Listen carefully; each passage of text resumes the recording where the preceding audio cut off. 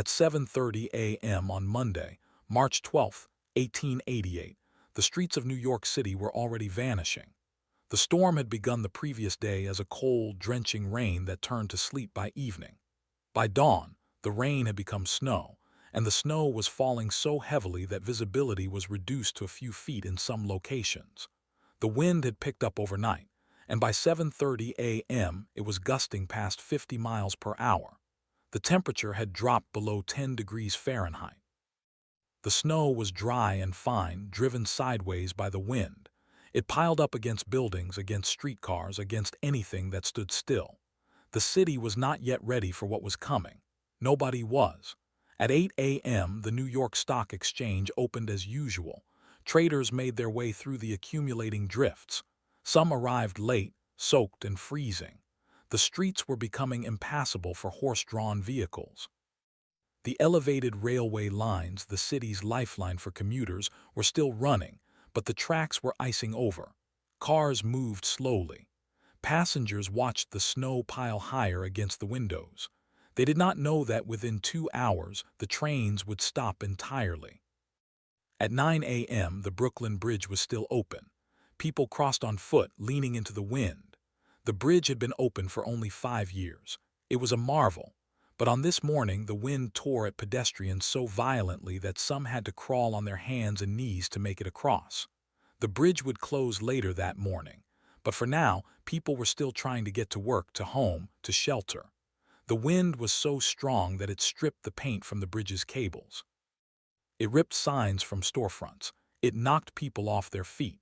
At 10 a.m. the telegraph lines began to fail. This was the crucial infrastructure of the age. The telegraph was how cities communicated, how newspapers received news, how railroads coordinated schedules, how weather warnings were sent.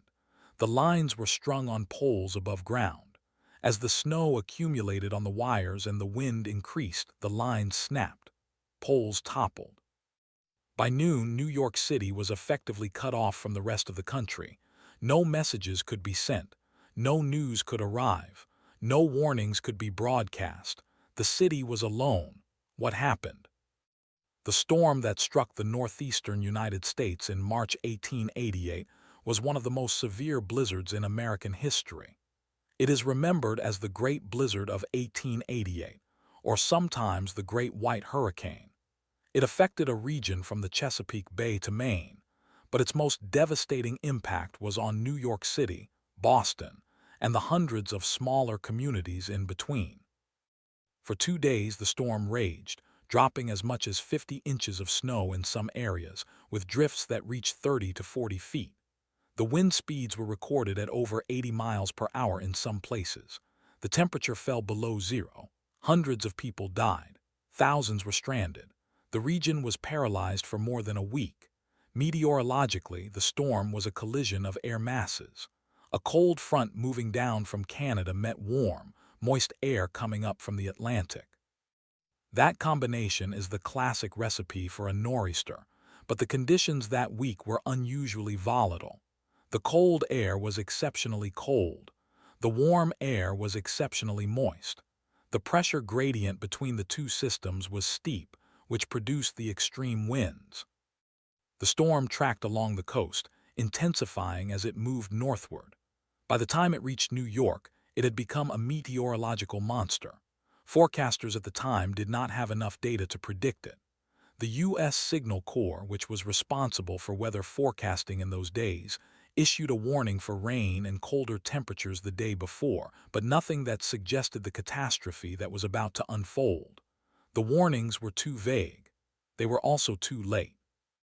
The telegraph system that could have spread the word was already failing. The lack of warning matters. In 1888, the Weather Bureau did not exist.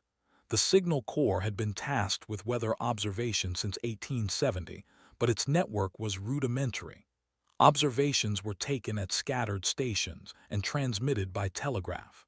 Forecasts were made based on limited data and were often inaccurate. On the morning of March 11th, the Signal Corps issued a forecast that predicted rain and possibly snow for the New York area, with temperatures dropping. It was not a warning of a severe blizzard. The public was not told to stay home. Businesses were not advised to close. Schools were not canceled. The city went about its ordinary routine. The storm caught everyone off guard. By the time people understood the severity of the weather, it was too late to do anything. The streets were already choked with snow. The wind was already too strong for walking. The elevated trains were stopped. The ferries were canceled. The bridges were closing. People who had left their homes that morning for work found themselves trapped. They had no way to get back. The city had no snow removal equipment that could handle drifts of 10 or 15 feet. The plows that existed were designed for light snowfalls, not for a storm of this magnitude. There was no coordination between city agencies. There was no plan for a disaster of this scale. The elevated railway system was the first major failure. The New York Elevated Railroad Company operated trains on tracks above the streets. These trains were powered by steam locomotives. They carried tens of thousands of commuters every day. On the morning of March 12th, the trains struggled. The tracks were coated with ice. The snow was piling up on the rails. The locomotives lost traction. Some trains stopped where they were, unable to move forward or backward. Passengers were stuck in the cars, suspended above the street with no way to get down. Some were trapped for hours. Others climbed down using ladders provided by the train crews. Many fell. Some were injured. A few died. The elevated trains were not the only transportation failure. The streetcars, pulled by horses, were completely useless. The horses could not walk through drifts that were higher than their shoulders. The drivers abandoned the cars. The horses were left in the streets. Some died of exposure. The horse-drawn cabs and carriages were also stopped. The entire surface transportation system of the city collapsed in the span of 2 hours. Thousands of people were stranded. The snow continued to fall. The wind continued to blow. The temperature continued to drop. The human consequences were severe. People died of exposure because they could not reach shelter. People died when they were overtaken by the storm while trying to walk home. People died in their own homes when the coal supply ran out and the fires went out. People died in collapsed buildings, roofs that could not support the weight of the snow. People died on the streets, buried in drifts, not found until the thaw. The exact number of deaths is not known with certainty. Contemporary estimates range from 200 to 400 in New York City alone. Across the region, more than 400 deaths are attributed to the storm. Many of the victims were children who had gone to school that morning and could not get home. Some schools stayed open overnight, sheltering students in classrooms with no heat. Other schools sent children home into the storm. One of the most famous stories from the blizzard is that of U.S. Senator Roscoe Conkling. He was a prominent political figure and a former senator from New York. He was 60 years old. On the evening of March 12th, he attempted to walk from his office on Wall Street to his home on Madison Avenue, a distance of about 3 miles. He was accompanied by a friend, but they became separated in the storm. Conkling tried to continue alone. He was caught in the wind and snow. He collapsed in a drift. He was found by a search party several hours later, suffering from severe frostbite and hypothermia. He was taken to a hotel and then to his home, but his injuries were too severe. He died a month later from complications related to the exposure. His death became a symbol of the storm's indiscriminate power. Even the powerful could not escape. Senator Conkling's death raises a question that lingers over the entire event. Why was no one better prepared? The storm was not unprecedented. Important snowstorms had struck the region before. The winter of 1887 and 1888 had been mild, so the onset of this severe weather was unexpected, but that is precisely the point. The system for predicting and communicating weather was not robust enough to handle a storm of this magnitude. The Signal Corps had limited resources. The telegraph network was fragile. The public had no reliable source of information once the wires went down. There was no radio. There was no telephone network that could reach ordinary households. There was no way to broadcast an emergency alert. When the telegraph failed, the city went silent. The silence was profound. Newspapers could not print updates. The major papers, including the New York Times, the New York Tribune, and the New York Herald, had their own telegraph lines, but those were down as well. The reporters could not file their stories. The editors could not coordinate coverage. The newspapers that did manage to publish on March 13th were thin, filled with whatever information had been gathered before the lines died. Some papers resorted to printing dispatches that had been brought into the city by runners who had crossed the rivers on foot or by boat. The news that reached the rest of the country was delayed by days. The isolation of New York City had consequences for the entire nation. The city was the financial capital of the country. The stock exchange was closed for 3 days. Businesses could not operate. Banks could not clear checks. The flow of money stopped. The economic impact was severe, though difficult to quantify. The aftereffects rippled through the economy for weeks. The city lost an estimated $250 million in today's terms. That includes lost wages, property damage, lost business, and the cost of recovery. Figure is imprecise, but the scale of the disruption is clear. The blizzard of 1888 was not just a weather event, it was an economic crisis. What investigators found in the aftermath was a pattern of systemic failure. The weather forecasting system was inadequate. The warning system was non-existent. The infrastructure was vulnerable. The city government was unprepared. The snow removal equipment was laughably insufficient. The coordination between public agencies was minimal. The storm exposed all of these weaknesses. The city had grown rapidly in the decades after the Civil War. Its population had swelled to over 1 million people. Its infrastructure had not kept pace. The streets were narrow. The buildings were tall. The utilities were precarious. The transportation was fragile. The blizzard did not create these problems. It revealed them. The question of why the storm still matters is straightforward. The blizzard of 1888 changed the way American cities prepared for disasters. It led directly to the creation of modern weather forecasting and emergency response systems. After the storm, there was a public outcry for better warnings. The Signal Corps was reorganized. The network of observation stations was expanded. The telegraph lines were buried underground in some cities, though this was slow and expensive. The importance of a dedicated weather bureau became clear. In 1890, Congress passed a law establishing the United States Weather Bureau, removing the responsibility from the Signal Corps and placing it under the Department of Agriculture. That bureau later became the National Weather Service. The blizzard of 1888 was the catalyst. The storm also changed urban infrastructure. Cities began to invest in better snow removal equipment. New York City purchased new plows and organized dedicated crews. The elevated railways were redesigned to prevent snow buildup on the tracks. The streetcar companies were required to keep their lines clear. The practice of stringing utility wires above ground was questioned. The massive tangles of telegraph, telephone, and electrical wires that had grown over the previous decades were a hazard. They came down easily in high winds. They blocked roads. They caused fires. The blizzard accelerated the movement to bury wires underground, though that process took many decades to complete.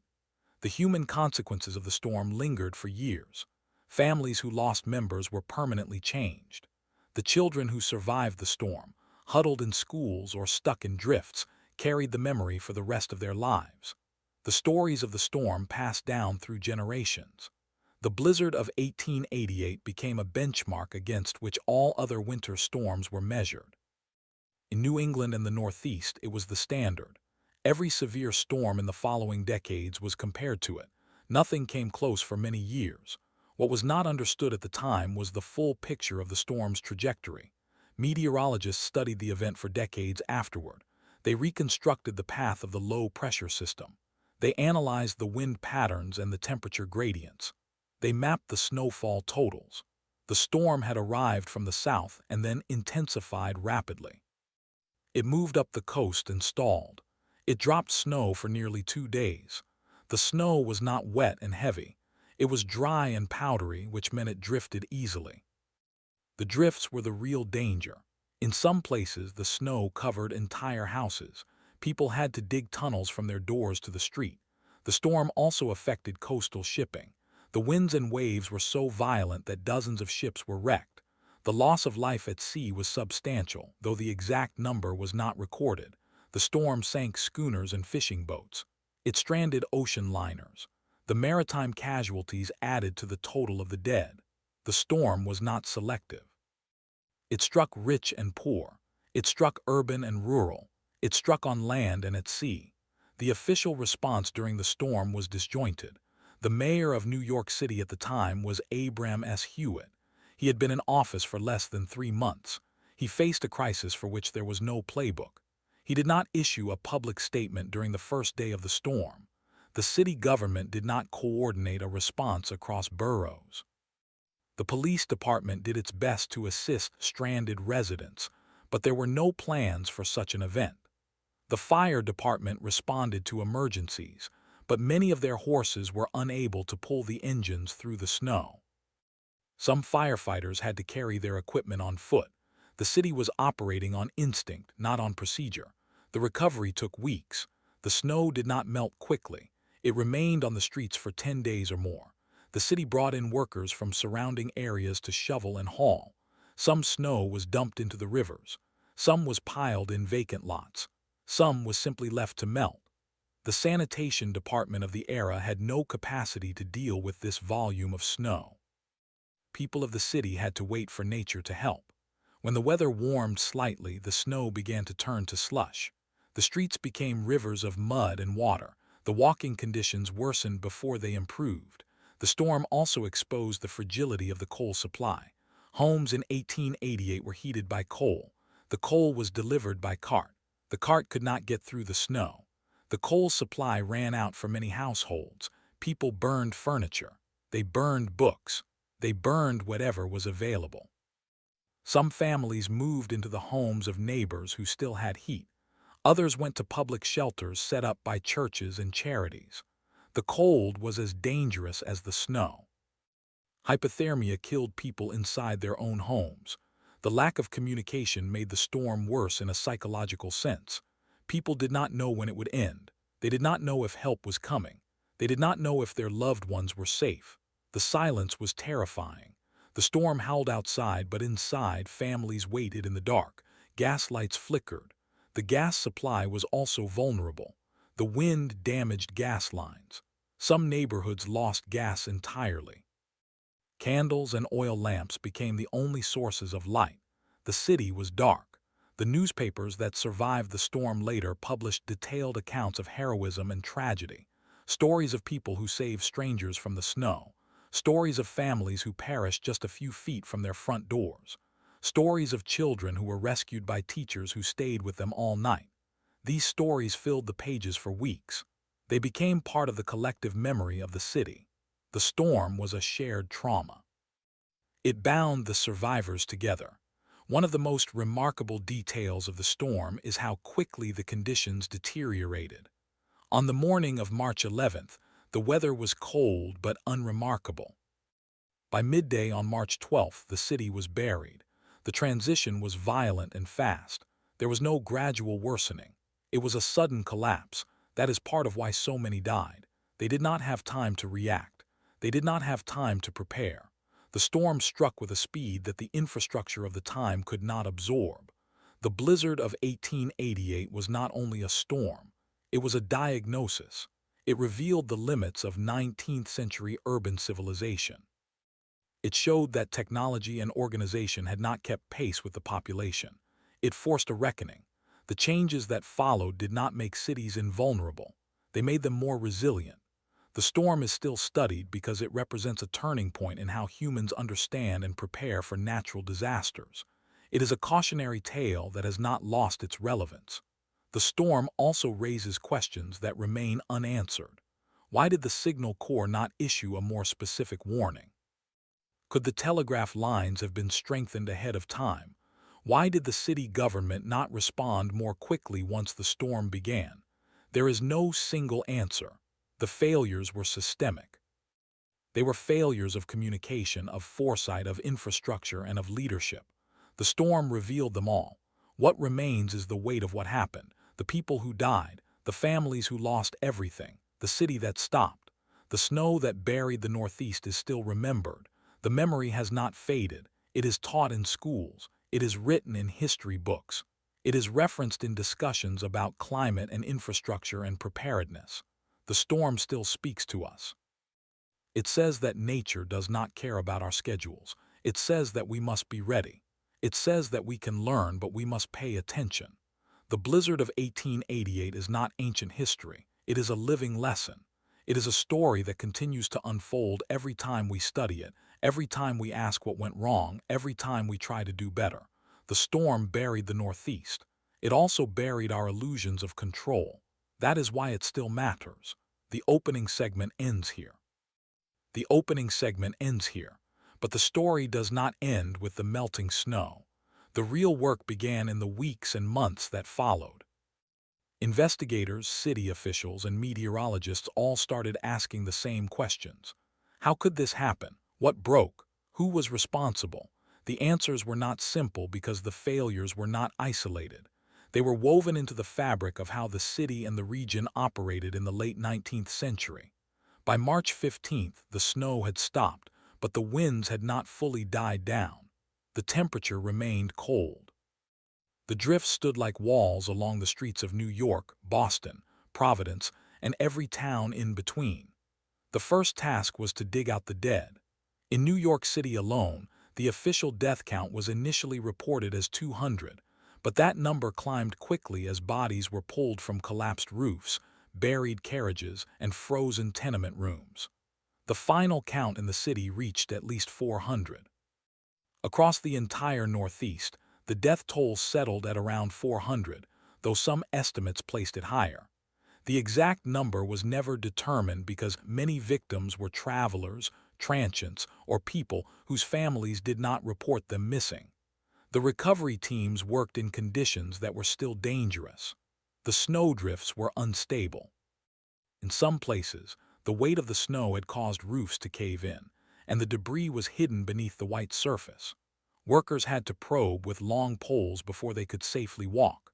Horses that survived the storm were brought in to pull sleighs and wagons, but many of them were exhausted. Some collapsed and died on the streets. The city had to bring in fresh teams from upstate New York and New Jersey. A substantial portion of the dead were found in the tenement districts of the Lower East Side and the Bowery. These were poor neighborhoods where families lived in overcrowded, poorly insulated buildings. The storm had cut off their coal supply. They burned rags and furniture. Some died of carbon monoxide poisoning from makeshift stoves. Others simply froze in their beds. The bodies were taken to makeshift morgues set up in churches and schools. The morgues were overwhelmed. The city did not have enough coffins. Coffin makers worked through the night for weeks. The economic impact was staggering. New York City alone lost an estimated $400 million to $1 billion in 1888 value. Businesses failed. The stock exchange had closed early on March 12th and did not reopen until March 14th. When it reopened, panic set in. The losses from the storm combined with existing financial strain.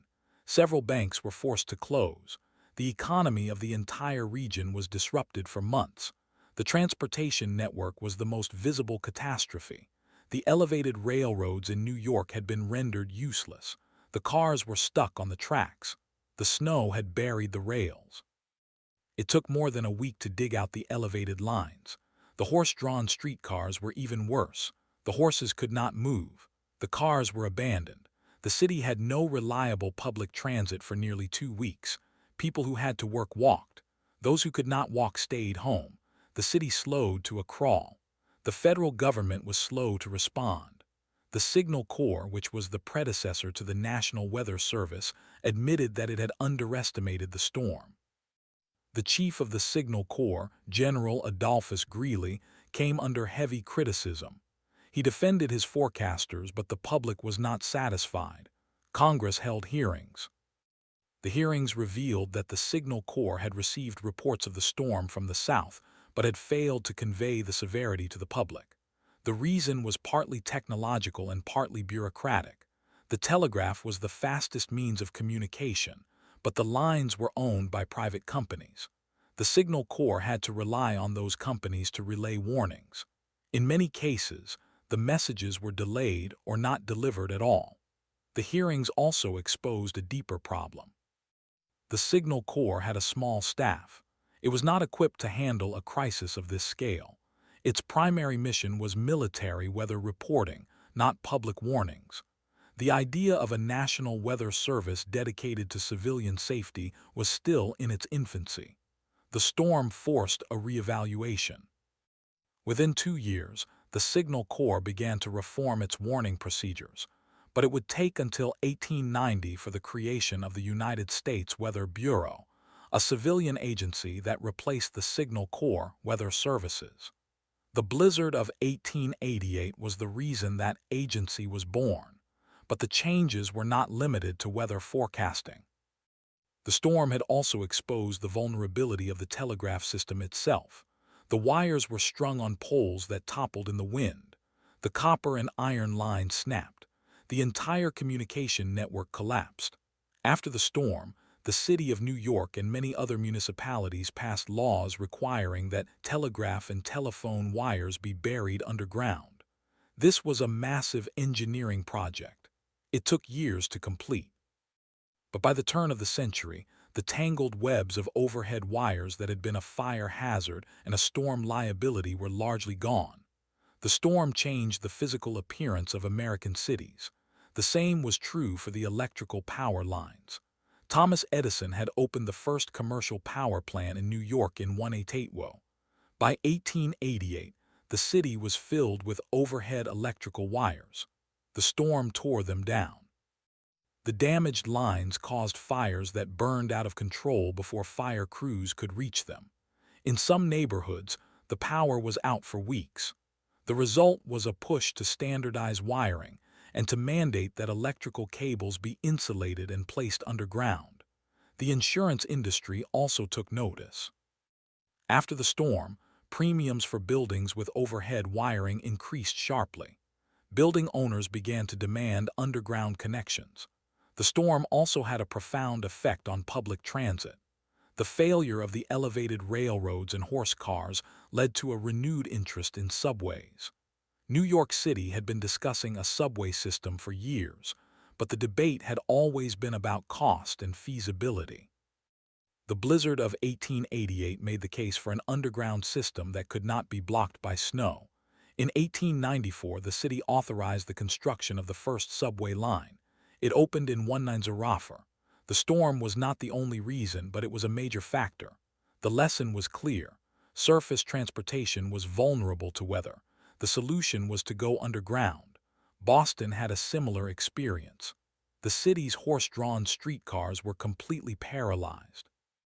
A new electric streetcar system had been proposed, but the storm accelerated its adoption.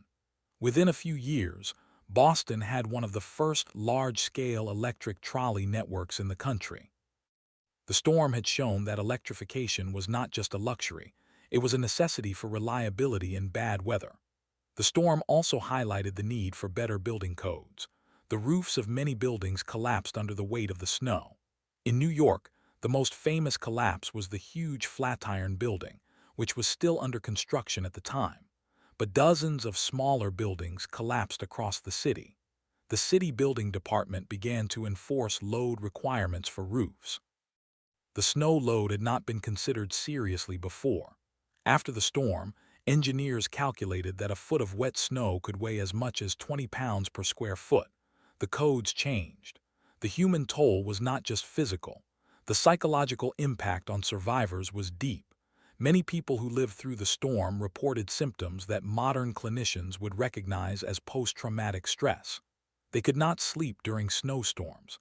They panicked when the wind howled. The storm became a reference point for the rest of their lives. Children who had been trapped in schools for days grew up to become adults who never felt safe in winter. The trauma was intergenerational. One of the most remarkable examples of resilience came from a group of children in a small school in the village of Westfield, Massachusetts. According to later accounts, the teacher, a young woman named Mary Lyon, had kept the children calm by singing songs and telling stories. They burned the school's firewood and then their desks. They were rescued on the third day. Mary Lyon was hailed as a hero, but many teachers did not survive. In other schools, teachers had sent children home when the storm began, and those children were lost in the drifts. The decisions made in the first hours of the storm determined who lived and who died. The storm also reshaped how newspapers reported weather. Before 1888, weather was a small item on the back pages. After the storm, it became front-page news. Newspapers began to hire their own meteorologists. The New York Times, the New York Tribune, and the Boston Globe all expanded their weather coverage. The competition among newspapers to provide the most accurate forecast became intense. The public demanded more information, and the newspapers delivered. The political fallout was significant. In New York, Mayor Abram Hewitt was heavily criticized for his handling of the crisis. He had not used the police department to organize rescue efforts. He had not declared an emergency until it was too late. The press attacked him for days. His political career was effectively over. He did not seek re-election. His successor, Hugh Grant, was elected on a platform of reform and preparedness. Grant pushed for the creation of a municipal bureau that would coordinate disaster response. That bureau later evolved into the New York City Office of Emergency Management. In Boston, the city council held its own hearings. The mayor at the time was Hugh O'Brien. He was praised for his personal involvement in rescue efforts. He had walked through the snow to assess conditions. He had ordered the fire department to use its steam engines to melt snow on key streets. But even in Boston, there was a recognition that the city needed a formal plan. The Boston Police Department was given new authority to close roads and commandeer vehicles during emergencies. The state governments also acted. The New York State Legislature passed a law requiring that all telegraph and telephone lines on public roads be placed underground within 5 years. The law was challenged by utility companies, but it was upheld. Other states followed. By 1900, overhead wires were becoming rare in major cities. The storm also changed the way that architects and engineers design buildings. The weight of snow had destroyed many wooden structures. After the storm, building codes required that roofs be angled steeper so that snow would slide off. Flat roofs were discouraged. The iconic mansard roofs of the era fell out of favor. The new roofs were gabled and pitched. They became the standard in the Northeast. The blizzard of 1888 also had a lasting effect on the insurance industry. The claims were massive. Insurance companies had not anticipated this level of loss. Many companies went bankrupt. The survivors raised their premiums sharply. But more importantly, they began to study weather risks in depth. The first actuarial tables for snow loads were created. Insurance companies started to require that buildings in snowy regions have specific roof designs. The storm forced the industry to become more scientific. The federal government's response was slow but ultimately significant. The creation of the Weather Bureau in 1890 was the most obvious change, but there were others. The United States Army Corps of Engineers was asked to study the feasibility of underground utilities in northern cities. The Corps produced a series of reports that were used by city planners for decades. The first federal disaster relief legislation was discussed, though it would take until the early 20th century for formal disaster relief programs to be established. The storm also had an impact on maritime law. The dozens of ships that were wrecked had not been adequately warned. The Signal Corps was criticized for not issuing storm warnings to coastal vessels. After the storm, the system of maritime weather warnings was expanded. The life-saving service, which later became part of the Coast Guard, increased its presence along the northeastern coast. New stations were built.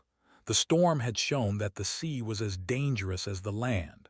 Now, questions remain. Why did the storm catch everyone so completely off guard?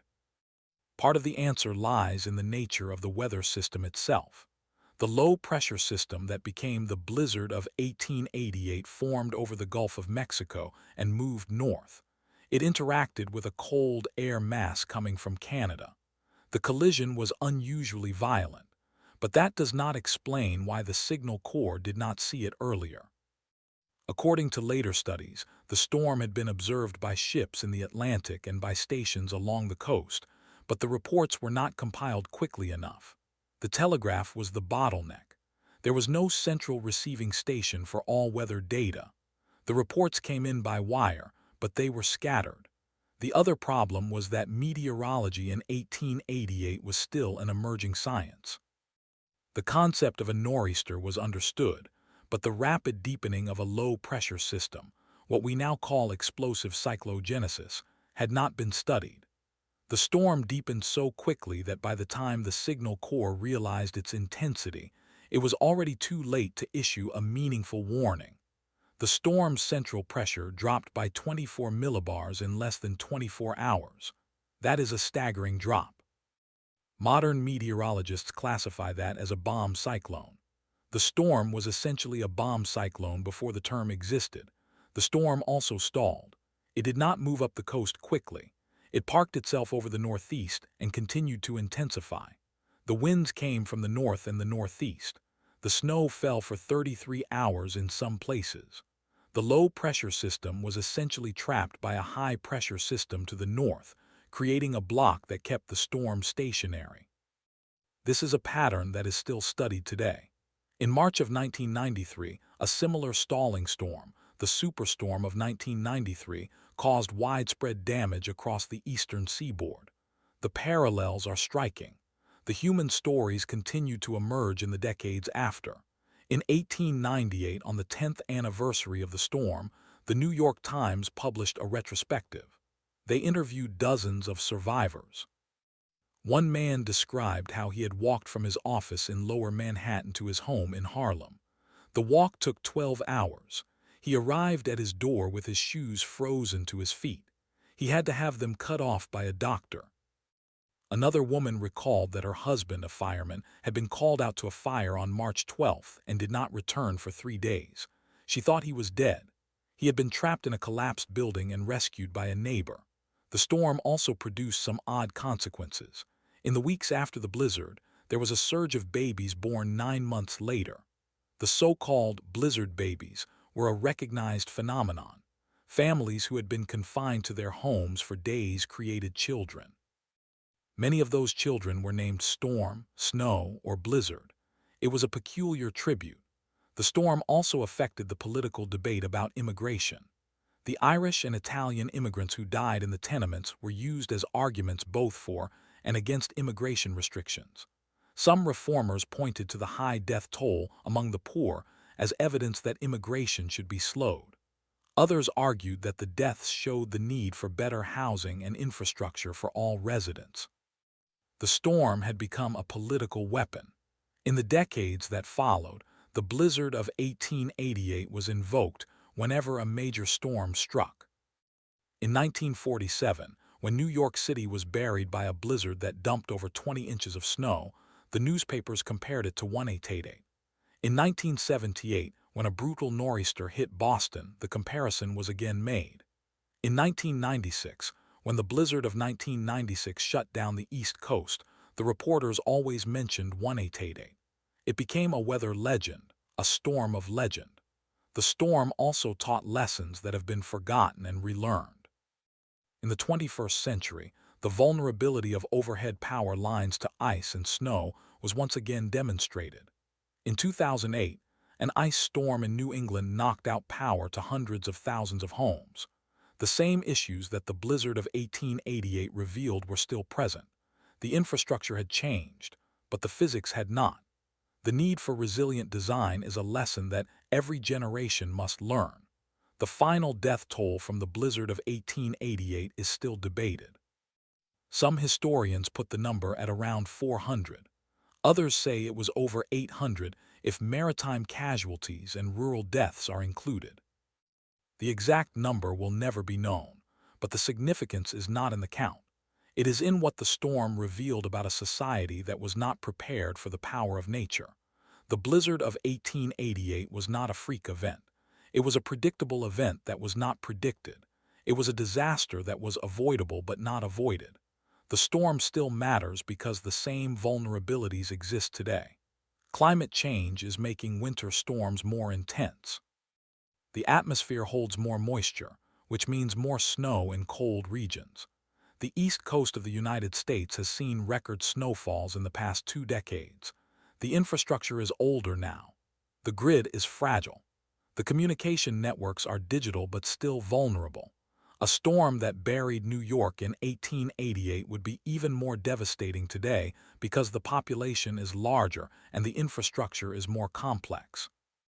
The lesson of the blizzard of 1888 is that preparation is not optional. It is essential. The storm also serves as a reminder that the most important resource in any disaster is not technology, but human connection. The people who survived did so because of neighbors, strangers, and family members who helped, the teachers who stayed with their students, the firemen who carried their equipment through the snow, the police officers who walked door to door to check on the elderly. Those acts of courage made the difference between life and death. The blizzard of 1888 is a storm that still speaks to us. It says that nature is indifferent. It says that the strongest structures can be broken. It says that the best forecasts can be wrong, but it also says that people can endure. The storm buried the Northeast, but it also uncovered the need for change. That change is not complete. The storm is not over. At 2:15 p.m. on the 12th of March 1888, the steamship Columbia was entering Vineyard Sound off the coast of Massachusetts. The vessel was a passenger steamer operated by the New England Steamship Company, running between New York and Boston. The captain had seen the sky darken around noon. The barometer had dropped sharply. He had hoped to reach the shelter of the Sound before the storm fully arrived. He did not. By 2:30 p.m., the wind was blowing at over 50 miles per hour from the northeast. The snow was falling so heavily that the pilot could not see the bow of the ship. The Columbia struggled to make headway. The captain decided to anchor and wait out the storm. The anchor did not hold. The ship was driven onto a sandbar near the island of Martha's Vineyard. The waves broke over the deck. The passengers and crew were trapped inside the wreck as the ship slowly broke apart. Rescue did not come until the following morning. Of the 150 people on board, 62 survived. Many of the dead were passengers who had been traveling in steerage, unable to reach the upper decks. What happened to the Columbia was not unique. That same afternoon, the schooner Thomas L. Flanders was caught off the coast of New Jersey. It sank within 20 minutes. The crew of 8 were all lost. The steamer City of Rockland, attempting to enter New York Harbor, collided with a ferry in the blinding snow. The ferry sank. 11 people drowned. The schooner Emma C. Latham was driven onto the rocks at Block Island. No survivors. In total, over 200 ships were either wrecked, grounded, or sunk during the blizzard of 1888. The death toll at sea is estimated at over 100, though the exact number was never confirmed. Many vessels simply vanished. No wreckage was ever found. The loss of life at sea was particularly tragic because much of it could have been prevented. The United States Signal Corps, which was responsible for weather forecasting and storm warnings, had been aware of a developing low-pressure system in the Gulf of Mexico as early as March 10th. But the warnings they issued were vague and incomplete. No specific storm warnings were sent to coastal shipping companies. No advisories were hoisted at the life-saving stations along the coast. The system for transmitting warnings was based on telegraph lines and visual signals. On the morning of March 11th, the Signal Corps office in Washington had sent a telegram to its observers along the East Coast, stating that a storm was possible. But that telegram was not relayed to the maritime authorities. The mariners set sail without knowing what was coming. The investigators who later examined the event, including officials from the newly established Weather Service, found that the Signal Corps had not integrated its data from coastal observation stations with reports from ships at sea. In 1888, the International Meteorological Organization had begun to coordinate weather observations across national borders, but the United States was slow to adopt the system. The Signal Corps relied on a network of volunteer observers who reported by telegraph once a day. That meant that a storm could form and intensify for 24 hours before any central analysis occurred.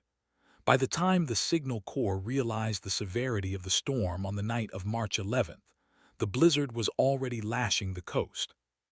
The ships that had left port on the morning of March 12th were already at sea, unable to receive any warnings because their onboard radio, of course, did not exist.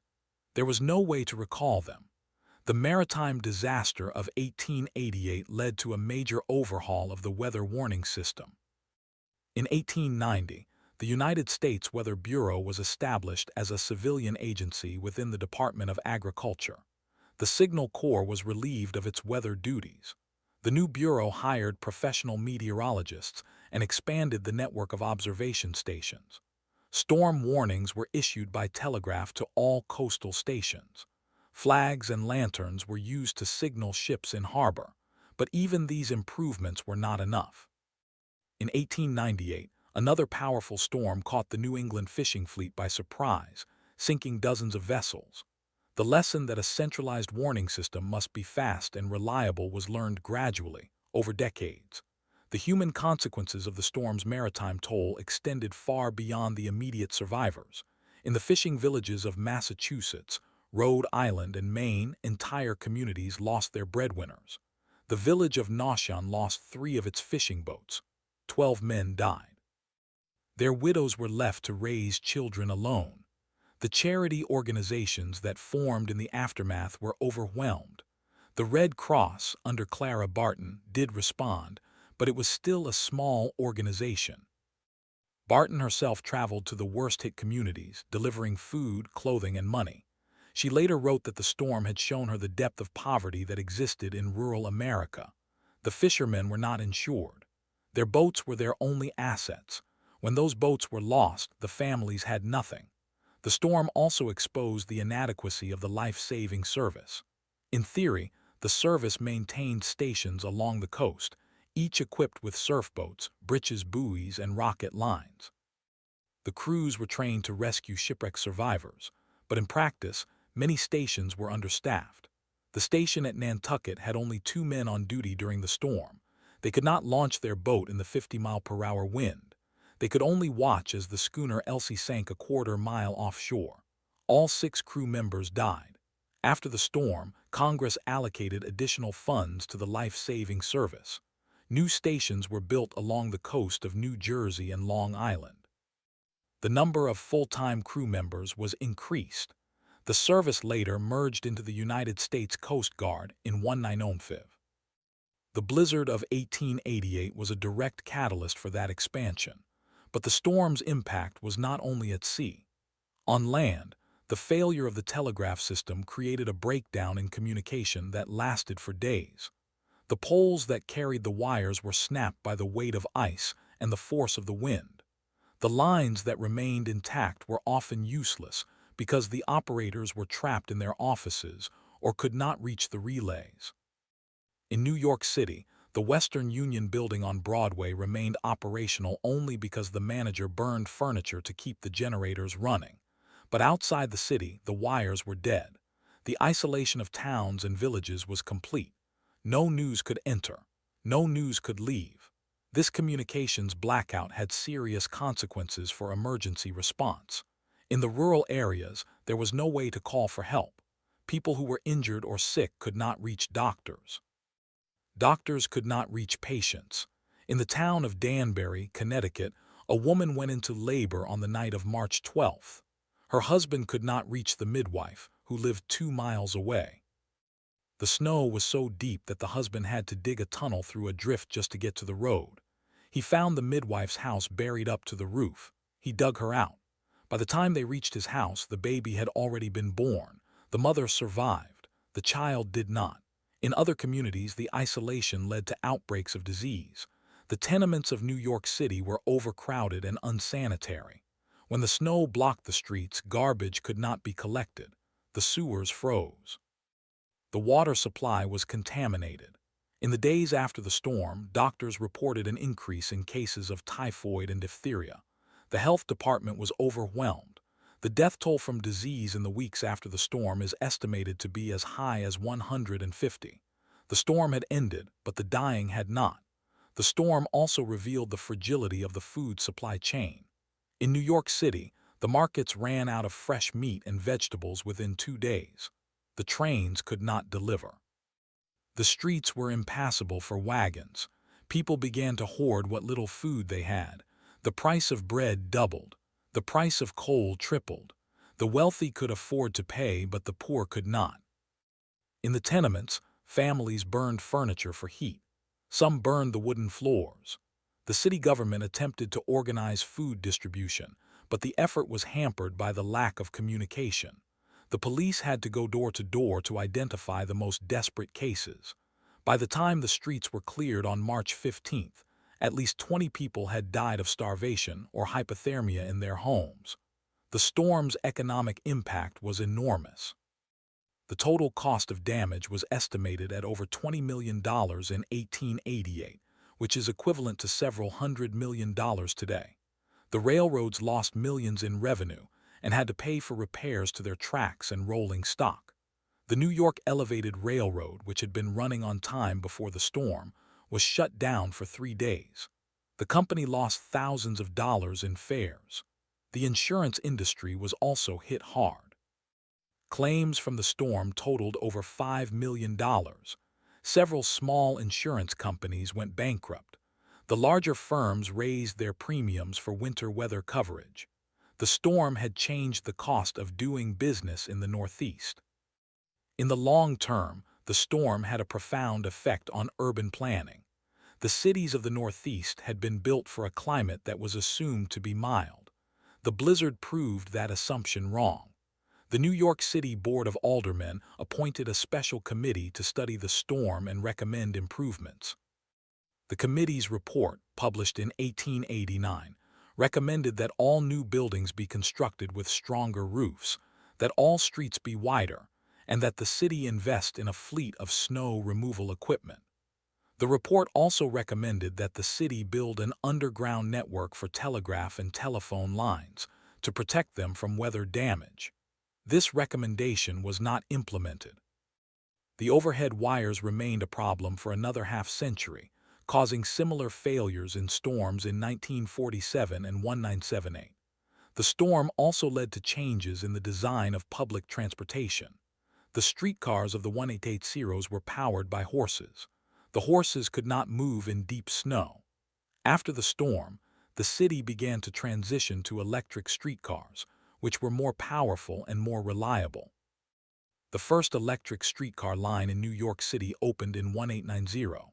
By 1900, the horse-drawn cars were mostly gone. The storm had accelerated a technological shift that was already underway. The blizzard of 1888 also left a mark on the American psyche. The storm was so unprecedented that it became a benchmark for extreme winter weather. People who had lived through it told their stories for the rest of their lives. The memory was passed down through families. The storm was used as a warning to children. Do not wander away from home in winter, or you might be caught in a blizzard like the one of 1888. The storm entered folklore. In some communities, the anniversary of the storm was marked by a gathering of survivors. Those gatherings continued until the last survivor died in the 1960s.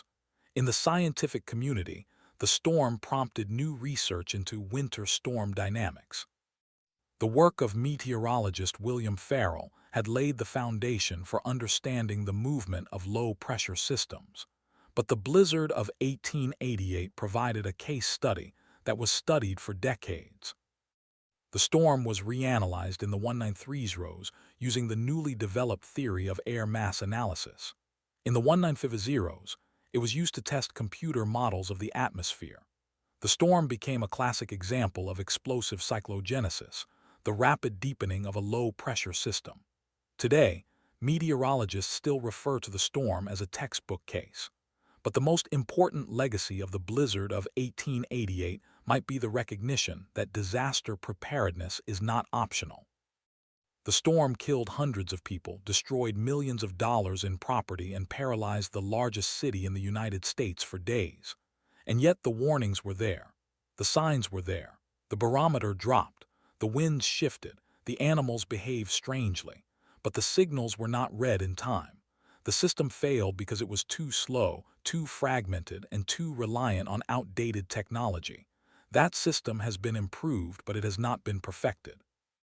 In the 21st century, weather satellites, computer models, and high-speed data networks allow forecasters to predict storms days in advance. But even today, a major winter storm can catch a city by surprise if the models are wrong. In January 2015, a blizzard that was predicted to dump up to 3 feet of snow on New York City turned out to be much less severe. The city shut down its transit system and schools for a storm that never came. The forecasters were criticized for overwarning, but the decision was made because the memory of 1888 is still there. The fear of being caught unprepared is still there. The storm is not over. That phrase is not just a rhetorical flourish. It is a recognition that the forces that produced the blizzard of 1888 are still at work. The Earth's climate is changing. The winters are warmer on average, but the extreme events are more intense. The bomb cyclones are more frequent. The sea level is higher. The coasts are more vulnerable. A storm that buries the Northeast with snow will also bring coastal flooding and storm surge. The infrastructure that was built after 1888 is now a century old and failing. The lessons of the blizzard of 1888 are not historical artifacts. They are warnings. In the end, the blizzard of 1888 is a story about human beings caught in a force of nature that they did not understand. They survived by helping each other, by improvising, by enduring. But their survival was not guaranteed. It depended on luck, on the kindness of strangers, on the strength of their bodies. Many did not survive. Their names are not remembered. Their stories are buried under the snow of that March. But their deaths were not meaningless. They forced a change. That change is still happening. The storm is not over. At 6 p.m. on March 12, 1888, in the city of New York, the Commissioner of the Department of Public Works, Edward B. Smith, stood at his window looking out at the snow. He had not been home in 2 days. He was coordinating the city's response. But he had no idea how many people were dead. The telegraph lines were down. The police reports could not get through. He would not know the full extent of the disaster for weeks. What had failed? The weather forecasting system had failed. The U.S. Army Signal Corps operated the National Weather Service. On the morning of March 11th, they issued a cold wave warning for the Northeast, but they did not predict a blizzard. The Signal Corps had no formal category for a blizzard.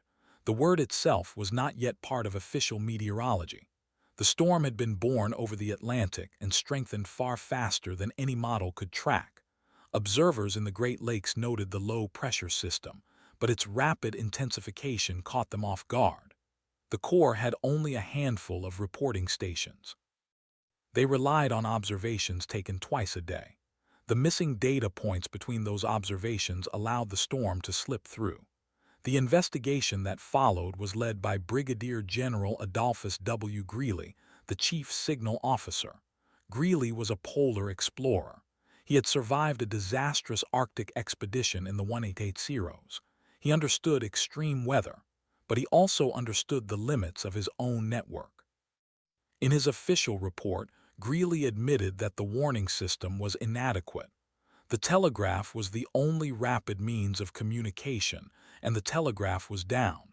The Signal Corps did not have a single wireless station. They had no backup. When the wires froze and snapped, the weather service went blind. The forecasters in Washington, D.C. were left guessing. The telegraph failure was not just a problem for weather prediction. It was a problem for every aspect of daily life.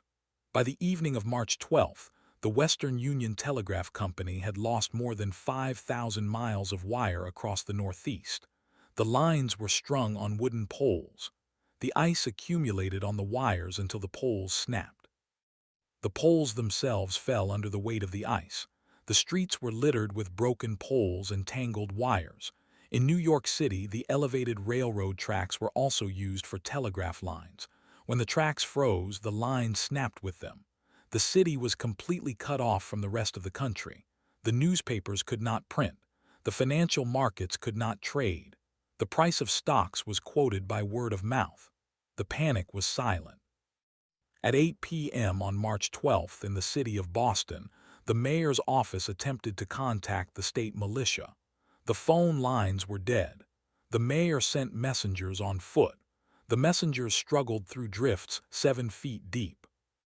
They took 2 hours to travel 4 blocks. When they finally reached the armory, the militia commander told them his men could not move their horses. The horses were buried in snow in the stable. The snow had collapsed the stable roof. The men had to dig the horses out by hand. It took until midnight to clear a path. By then, the storm was still growing. In the small town of Canaan, Connecticut, a farmer named Luther Jones watched his barn collapse at 9:30 p.m. The roof had been holding 4 feet of snow. Jones had tried to shovel it off earlier in the day, but the wind was too strong. The snow was too heavy. He could not climb the ladder.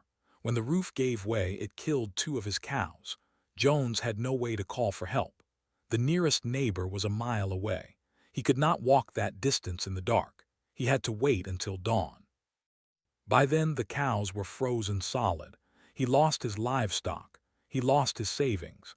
He had no insurance. The insurance companies had stopped selling policies for wind and snow damage in early March. In the tenements of New York's Lower East Side, the situation was worse. At 10 p.m. on March 12th, a woman named Sarah Cohen lit the last match in her apartment. Her husband was a tailor. He had gone to work the morning of March 11th and had not come home. The streetcar that usually brought him back had stopped running.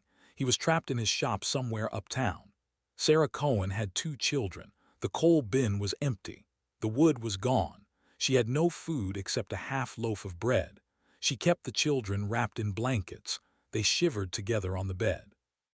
She did not know if her husband was alive. She would not know for 3 more days. He survived but lost 3 fingers to frostbite.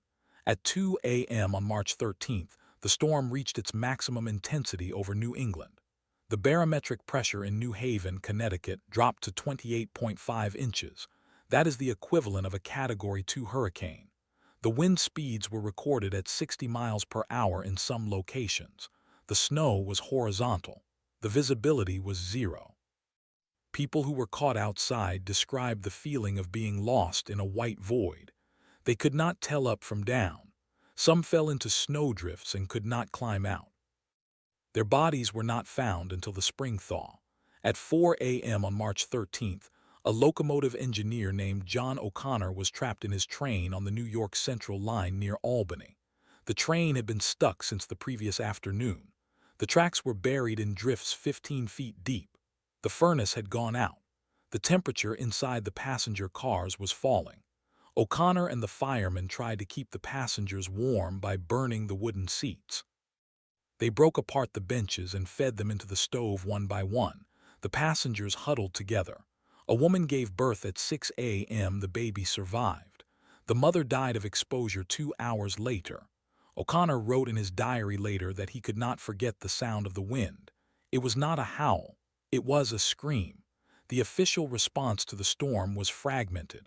There was no federal disaster relief. There was no Red Cross. The Red Cross had been founded in 1881 but was not yet equipped for large-scale emergencies. Each city and town was left to fend for itself. In New York City, the mayor set up a committee of 5 men. They had no budget. They had no authority. They appealed to the public for donations. The donations poured in, but the distribution was slow. The streets were not passable until March 14th. By that time, many of the most vulnerable had already died. The storm's death toll was not tallied for months. The initial estimate was 200. Then it rose to 400. Then to 700. Historians today estimate that at least 400 people died across the Northeast. Some estimates go as high as 700. The count was imprecise because many deaths were not reported. People who died in remote farmhouses were simply buried in the spring. Their deaths were not recorded. The nomads who lived in shantytowns along the railroad lines were never counted. The storm did not discriminate by class, but it killed the poor at a higher rate. They had less shelter, less food, and less coal. In the aftermath, the nation asked how this could have happened. The answer was systemic. The Weather Service was underfunded. The telegraph network was fragile. The cities were unprepared. But the deeper issue was that the storm was so far outside the range of normal experience that it had not been considered possible. The people of the Northeast had lived with snow for centuries. They had never seen snow like this. The storm was a statistical outlier, but the statistics had not been collected. The data on snowfall and wind speed was sparse. The historical record was not deep enough to show the true risk. The storm changed that. In the decades after 1888, the United States began to build a modern weather service. The Signal Corps Weather Division was transferred to the newly formed Weather Bureau in 1891 under the Department of Agriculture. The Bureau expanded its network of stations. It began to issue forecast bulletins via telegraph and later by telephone. The Bureau developed a system of storm warnings for coastal areas. The blizzard of 1888 became the case study that drove these changes. Without that storm, the Weather Bureau might have remained a minor military unit. The storm also changed urban infrastructure. In New York City, the Board of Aldermen ordered a study of underground utility tunnels. The result was the construction of the first subway line, which began operation in 1904. The subway was built partly as a response to the failure of the elevated railroads during the blizzard. The elevated lines were still vulnerable to snow and ice. The subway was protected from the weather. It was a direct lesson learned from the storm. The storm also influenced architecture. The roofs of new buildings were designed to support heavier snow loads. The old roofs of the 1870s had been built for a climate that had not experienced such a storm. After 1888, building codes in many cities included minimum snow load requirements. The codes were not uniform, but the principle was established. The storm had reshaped how buildings were made. The human cost was harder to measure. The survivors carried the memory with them. One survivor, a man named Henry James, wrote about the storm in his autobiography. He described walking through the streets of New York on March 13th. The snow was up to his chest. He saw a horse trying to lift itself out of a drift. The horse was struggling. Its eyes were frozen shut. James helped a man push the horse out. The horse stood up and then collapsed dead. James said he never forgot the sound of the horse's breathing. Another survivor, a woman named Margaret Brown, later told her grandchildren that the storm was the most frightening day of her life. She had been a child in Brooklyn. She watched the snow pile up against the windows. The windows broke under the weight. The room filled with snow. Her mother put her in a chest and covered it with blankets. She stayed there for 2 days. When the storm ended, she crawled out. The house was partially collapsed. Her father was alive. Her mother was not. She never spoke of the storm again until her grandchildren asked. The storm of 1888 is not only a story of disaster, it is a story of response. The people who lived through it did not just endure. They adapted. They built better. They demanded better. The storm forced a society that had been complacent to recognize its own fragility. That recognition took decades to fully materialize, but it did materialize. Today, when a winter storm is predicted, the process is routine. The satellites scan the clouds. The computer models run thousands of simulations. The forecast is broadcast to millions of phones. But the storm of 1888 reminds us that the prediction is never perfect. The model can be wrong. The satellite can miss a key detail. The wind can shift. The storm can surprise. And when it does, the infrastructure can still fail. The power lines can still freeze. The roads can still close. The people can still die. In March 2018, the Northeast was hit by a nor'easter that dropped 2 feet of snow on Boston. The storm was forecast days in advance. The city prepared. The plows were ready. The schools were closed, but the storm also caused coastal flooding. The sea level had risen by nearly 1 foot since 1888. The floodwaters damaged homes and businesses. The storm was not as deadly as the blizzard of 1888, But it was a reminder that the conditions that produced that historic storm have not disappeared. They have changed. They have intensified. The blizzard of 1888 is often called the Great White Hurricane. The name is apt. It was a hurricane of snow. It was a hurricane of cold. It was a force that reshaped a region and a nation. And it is not over. The storms are still coming. The lessons are still being learned. The dead are still remembered. Their stories are buried in the archives, in the diaries, in the newspapers that finally printed again after the snow melted. Those stories matter. They tell us that the past is not distant. It is alive in the winter air. At 7 p.m. on March 14, 1888, the last snowflakes fell in New York City. The sky began to clear. The temperature dropped to 10 degrees above zero. The wind died down. The city was silent. The streets were tunnels of snow. The people emerged from their homes, blinking in the low sun. They began to dig. They dug for their neighbors. They dug for the horses. They dug for the dead. The work took weeks, but work they did. The storm had passed. The recovery had begun.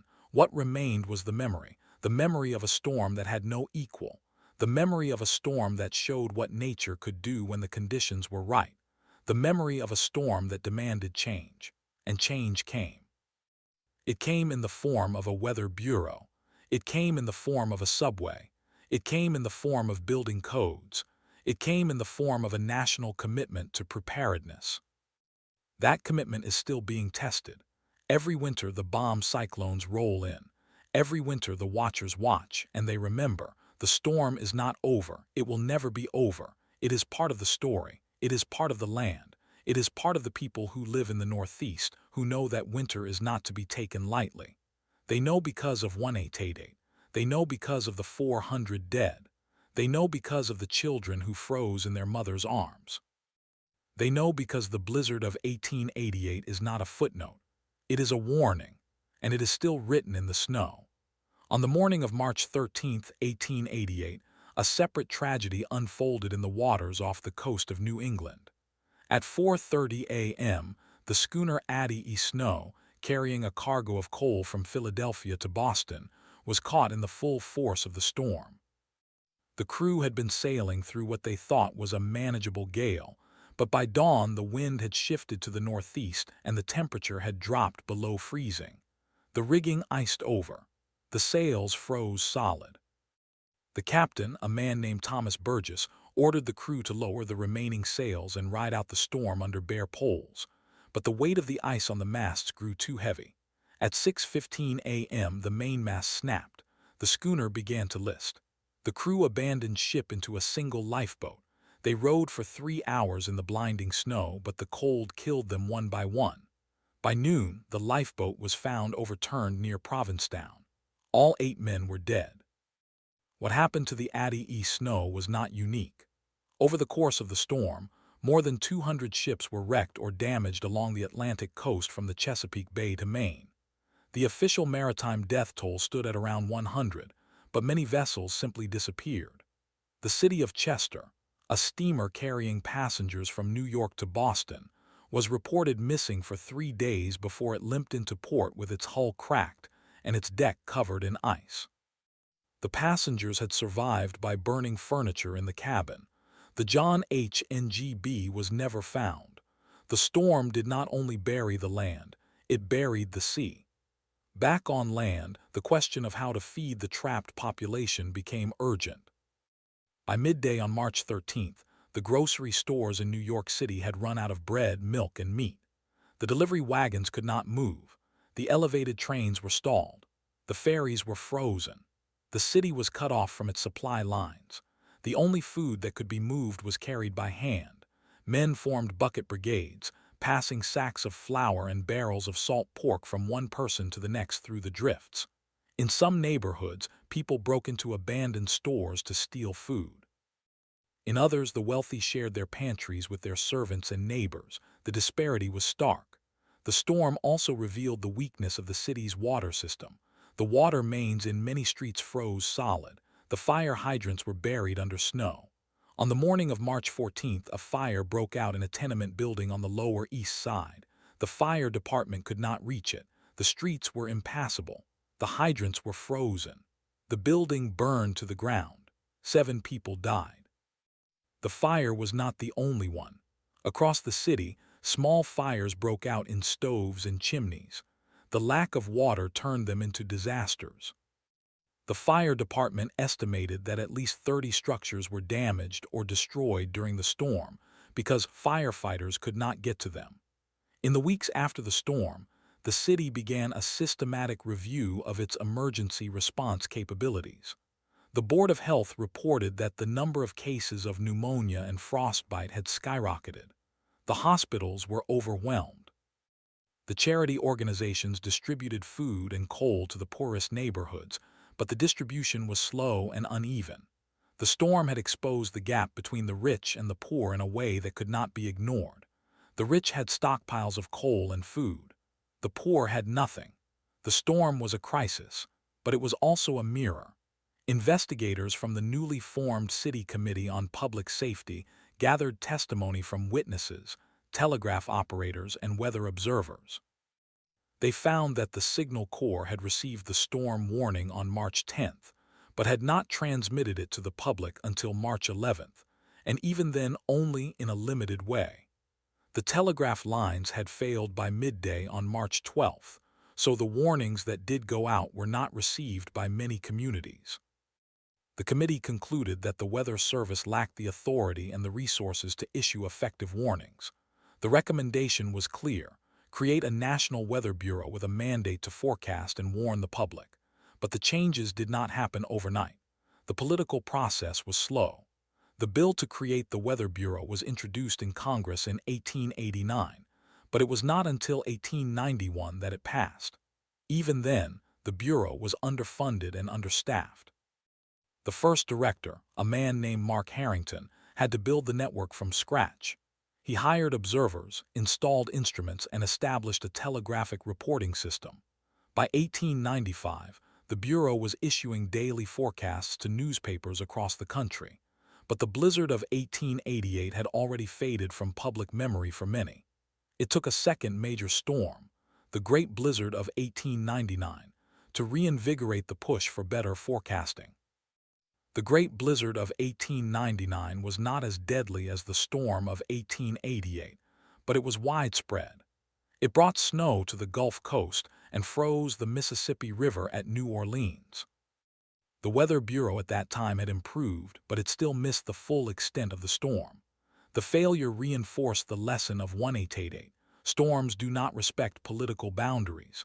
The Bureau expanded again. By the turn of the century, the United States had a weather service that could predict most winter storms with reasonable accuracy. The forecasts were not perfect, but they were far better than the guesswork of 1888. The telegraph network was strengthened. The telephone was introduced. The radio came later. Each new technology made the warnings faster and more reliable, but technology alone was not enough. The human element remained critical.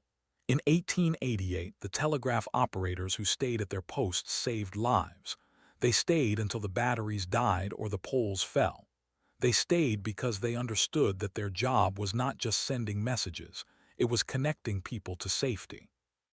One operator in New York City, a woman named Sarah J. Smith, worked for 36 hours straight without food or heat. She transmitted emergency messages from the mayor's office to the police stations and the hospitals. When the lines went down, she used a hand-cranked generator to power the transmitter. She saved countless lives. She was never recognized officially. The storm also changed the way cities thought about public transportation. In Boston, the elevated railway system was rebuilt with stronger supports and better snow removal equipment. In New York, the construction of the subway was accelerated. The first line opened in 1904, connecting City Hall to 145th Street. The subway was built deep underground, protected from the snow. It was a direct response to the paralysis of 1888. The storm showed that surface transportation was too vulnerable. The solution was to go underground. Other cities followed. Philadelphia built its subway in 1907. Chicago completed its elevated loop in 1897, but later expanded with subway tunnels. The storm of 1888 was not the only reason for these projects, but it was a catalyst. The memory of horses frozen in their traces and trains buried in drifts pushed city planners to think differently. The storm also left a mark on the insurance industry. The claims from the blizzard totaled more than $20 million in 1888 currency, equivalent to over $600 million today. Many insurance companies went bankrupt. The companies that survived reformed their policies. They added exclusions for acts of God and raised premiums for winter storms. The actuarial tables had to be rewritten. The storm was a reminder that risk could not be calculated based on normal experience. In the years that followed, the study of winter storms became a scientific discipline. Meteorologists began to analyze the conditions that produced the blizzard of 1888. They looked at the temperature gradients, the pressure systems, the moisture sources. They found that the storm had been fueled by an unusually warm Gulf Stream meeting an Arctic air mass. The collision created a bomb cyclone, a rapid drop in pressure that intensified the storm. The term bomb cyclone was not coined until the 1880s, but the mechanism was the same. The storm also became a benchmark for climate studies. In the 21st century, climatologists revisited the blizzard of 1888 to understand how such storms might change in a warming world. They found that while overall snowfall may decrease in some regions, the intensity of individual storms may increase. Warmer air holds more moisture. More moisture means more snow in a cold enough atmosphere. The blizzard of 1888 was not an anomaly in the modern sense. It was a preview. Today, the storm is still studied in meteorology classrooms. It is used as a case study in forecasting failures, infrastructure vulnerability, and societal resilience. The lesson is not that we should fear winter, it is that we should respect it. The storm of 1888 is not a relic of the past. It is a living memory. In the small town of Plainfield, New Jersey, a historical marker stands at the site of the old railroad depot. The marker reads, "In memory of the passengers and crew of the stalled train who perished in the great blizzard of 1888. The names are listed: Mary O'Connor, age 22, James Finnegan, age 41, Sarah Cooper, age 30. They are not famous. They are not forgotten. What remains is the knowledge that nature does not negotiate. The storm of 1888 was a force that could not be stopped. It could only be survived. And the survivors carried that knowledge forward. They built better. They warned better. They prepared better. But they never forgot that the snow could return. At 10 p.m. on March 14, 1888, the last rescue party returned to the city from the stranded trains. They brought with them the bodies of the dead wrapped in blankets. The rescue workers were exhausted, frostbitten, silenced. They had seen things they could not explain to those who had stayed home. Snow had buried entire train cars. Men had frozen standing up. Horses had died mid-step. The world had been erased and then rewritten. The storm ended, but its story never stopped. It is told in the wind that howls through the canyons of Manhattan. It is written in the ice that forms on the subway grates. It is remembered by the families who passed down the stories of their ancestors. The blizzard of 1888 is not a chapter in a history book. It is a warning carved into the landscape. And every winter when the forecast calls for snow, the city holds its breath. The snow falls, the plows move, the people watch, they know, they remember, they are ready, but readiness is never absolute. The storm of 1888 taught that any system can fail. Any warning can be missed. Any city can be buried. The question is not whether another storm like it will come. The question is when. And when it does, the test will be whether we have learned the lesson of that buried city, that the storm is not the enemy. The enemy is forgetting. At 2 p.m. on March 12, 2018, a team of historians and meteorologists gathered in a climate-controlled reading room at the New York Public Library. They were there to examine a collection of letters donated by a descendant of a survivor. The letters had been stored in a cedar chest for over a century. They were brittle. The ink was faded. But they contained something rare: first-hand accounts of the blizzard written within days of the storm. The team carefully unfolded each letter. They used cotton gloves and a magnifying glass. The letters described scenes that had not made it into the newspapers. One letter, written by a woman named Esther Granger, described the moment the wind ripped the roof off her boarding house on the Lower East Side. She and 12 others huddled in a coal cellar for 2 days. She wrote about the sound, a low, continuous roar that never stopped. Another letter from a railroad brakeman named Thomas Reed described finding a young boy frozen upright, still holding a newspaper as if waiting for a train. The boy's eyes were open. Reed wrote that he could not sleep for weeks. What the team discovered was not new history. It was confirmation of what had been lost to official records. The storm's death toll had been estimated at 400, but the letters suggested it was higher. Many bodies were never recovered. They were buried in snowbanks that melted months later, and by then the remains were impossible to identify. The official count omitted those who died in remote farms, in isolated villages, or as they traveled between towns that no longer existed. The letters also revealed something about the human response. There was no panic. There was no looting. In every account, neighbors helped neighbors. A man in Brooklyn described opening his home to 30 strangers who had been stranded on a trolley. He fed them from his pantry until the food ran out. Then they burned his furniture for warmth. When the storm ended, he walked to City Hall to report the damage. He was told no one could help. He went home and rebuilt his fence. That was the end of it. The team spent 3 days cataloging the letters.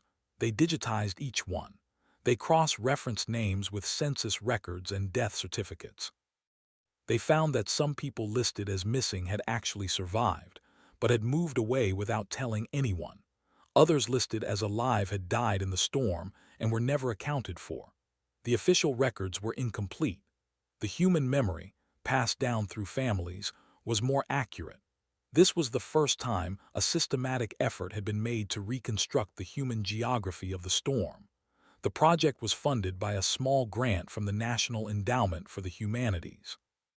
It was not a high-priority research area, but the historians argued that the blizzard of 1888 was not just a weather event, it was a social rupture.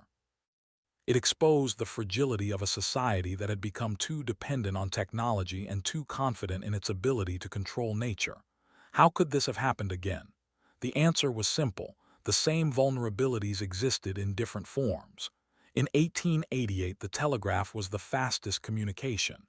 In 2018, it was the internet. But both could fail. Both did fail in smaller storms in the decades that followed. The 1978 blizzard in the Northeast stranded thousands on highways. The 1996 blizzard knocked out power for weeks in some areas. The 2011 Halloween snowstorm in the Northeast brought down trees and power lines across the region. Each time the preparation was better, but the lesson was the same. No system is immune. The letters also raised an unanswered question. Why did so few officials act on the warnings that existed? The Army Signal Corps had issued a cautionary bulletin on March 11th. It was vague. It did not mention snow. It mentioned high winds and falling temperatures. But the forecasters at the time knew that a major storm was forming. They had seen the pressure drop. They had watched the warm air from the Gulf collide with the cold air from Canada. They knew, but they did not say so plainly. Why? Because the culture of weather forecasting in 1888 did not emphasize urgency. Forecasts were descriptive, not prescriptive. They told you what the weather would be, not what you should do about it. The idea of issuing a warning that compelled action, that shut down cities, closed schools, canceled trains, did not exist. The government did not want to be responsible for causing panic. The railroads did not want to lose revenue. The newspapers did not want to be wrong. That reluctance to warn is the same reluctance that persists today. In the 190s, when the National Weather Service developed a system of watches and warnings, it was a direct response to the failures of 1888. But even now, false alarms erode public trust. Overwarning leads to complacency. Underwarning leads to disaster. The blizzard of 1888 is the original case study of that paradox. The team published their findings in a peer-reviewed journal in 2010. The article was titled "The Missing Voices of the Great White Hurricane." It received little attention outside academic circles, but for the descendants of the survivors it mattered. One of them, a woman named Margaret Reed, great-granddaughter of the brakeman, attended the conference where the paper was presented. She brought the original letter. She allowed it to be photographed. She said she wanted people to remember that the storm was not just numbers and dates, it was people. At the end of the conference, a young meteorologist asked her what she thought the storm meant today. She paused. She said, "It means that no matter how many satellites you have, no matter how many models you run, you still have to listen to the people who are already freezing. You have to believe them when they say it's dangerous. That's the lesson, not the science, the listening." The room was silent. Then the applause started. The storm of 1888 remains a ghost in the national consciousness. It is referenced in weather documentaries, in emergency management textbooks, in the training of every meteorologist. But the human stories are the ones that stick. They are the reason the storm is not forgotten. They are the reason that every March people in the Northeast look at the sky and feel a small shiver that has nothing to do with the temperature. On March 13, 2023, a similar pressure drop was observed off the coast of New England. The National Weather Service issued a blizzard warning for New York City. Schools closed, trains stopped. The city braced. The storm arrived. It dropped 2 feet of snow. The winds reached 60 miles per hour. But no one died. Because the warning was issued. Because the system worked. Because the memory of 1888 was still alive. And that memory is the only defense against forgetting.